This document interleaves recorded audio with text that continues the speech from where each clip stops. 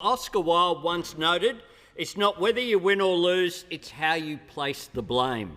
He must have been anticipating Scott Morrison as Prime Minister, because what we see time and time again is the first phase is complacency. You deny a problem exists. Then it goes to crisis management once a problem becomes a major one. But then you respond with too little, too late. And the third is you blame someone else. He wants to be the Prime Minister, but without the responsibility. For this Prime Minister, his heart isn't in the job, just his ego. For this Prime Minister, every job is too big, every response is too small. And in particular, that's been the case over the two big jobs this year, quarantine and vaccines. But there's a history. Bushfires, the I don't hold a hose mate moment, where he refused to take action, refused to even meet with the experts prior to that bushfire season.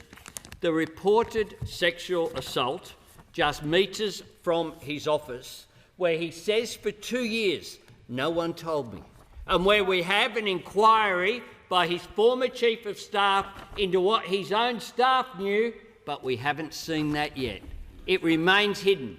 Months ago, that was initiated. And of course, on climate change, we once again see no leadership, no energy policy, no response. And we saw it, tragically, being played out in Afghanistan, whereby the Australian embassy closed in May, but people left behind.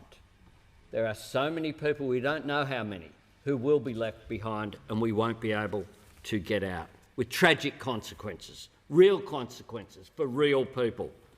A Prime Minister in his own smug mind is Superman, but for whom scrutiny is kryptonite. A Prime Minister addicted to spin, who is truth hesitant. He began his media conference today by saying, today has been another day of hope. It's a day of 1,000 cases in New South Wales, 3 more deaths. But we don't talk about that.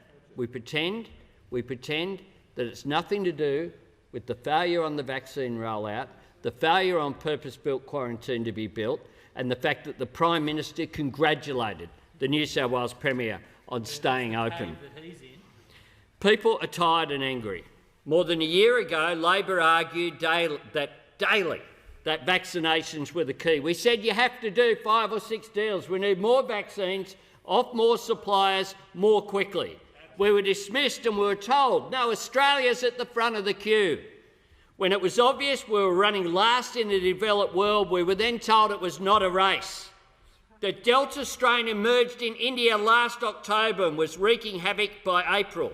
Australians were told if they tried to return home, they'd be locked out and they'd be locked up, sent to jail for trying to return to their own country. One Australian actually survived India without getting COVID, but caught it in hotel quarantine in Adelaide, which then led to the Melbourne outbreak in early June.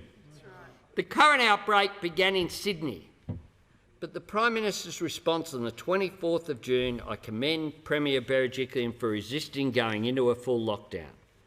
This week though, we've seen the Seinfeld reset, as Premier McGowan called it. A reset trying to look for difference where there was none. A reset from a Prime Minister who is the gaslight on the hill. The gaslight on the hill. The fact is the national plan was signed off by every state premier and every territory leader.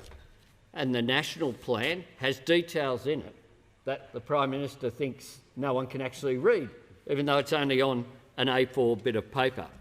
He pretends that there is opposition to opening up when it's safe, but no one wants the sort of constraints that are there around our economy. Nobody. What people want to do is to be able to see their family. They want to return to life as normal, but when it is safe. He talks up Team Australia, but then he seeks to divide. Team Australia's coach seeks to blame the team. He calls West Australians and Queenslanders cave dwellers. He sent Senator Bragg, what an appropriate name that is, out to say that Western Australia has, to quote Senator Bragg, no plan to manage the pandemic. Oh, yeah? Oh, yeah? WA's likely to get the grand final. That's right. They're going about their way of life because their Premier has kept them safe, in spite of the fact that this government and this minister at the table spent money, taxpayers' money, backing in Clive Palmer, $1 million of taxpayers' funds, some of which went to Clive Palmer. Well, let me just say this very clearly. I'm on Mike McGowan's side. Scott Morrison, the Prime Minister, was on Clive Palmer's side. And now, of course, when he's pulled up on this, the Prime Minister goes on 6PR yesterday and says, quote this, "The Premier made good contributions to that is the national plan." So, you know, I think sometimes people try to make a bit more of a disagreement than there actually is. He actually said that. He was talking about his imaginary friend, because he's talking to himself like he does before at this dispatch box all the time, the imaginary friend, standing out there, creating this division, seeking to divide Australians, telling West Australians and Queenslanders they're cave dwellers, but then saying, oh no, some people just try to make out there's a bit more of a disagreement than there actually is. An extraordinary performance, of course, cheered on by some in the press gallery. The reason why we are in lockdown is a failure on vaccines and quarantine. And today we saw a real leader, Premier Palaszczuk in Queensland, going it alone to build Wellcamp, a facility, a site that I visited 2 months ago. The fact is the only hole he has dug is the metaphorical one we are in as a nation. Not one hole dug for one quarantine facility for one bed in this country. And the fact is the consequences are devastating. Over 1,000 today. The lives lost, health damaged, lessons missed by our children, families separated, mental health impacted, small business devastated. Our hospitals at breaking point in New South Wales.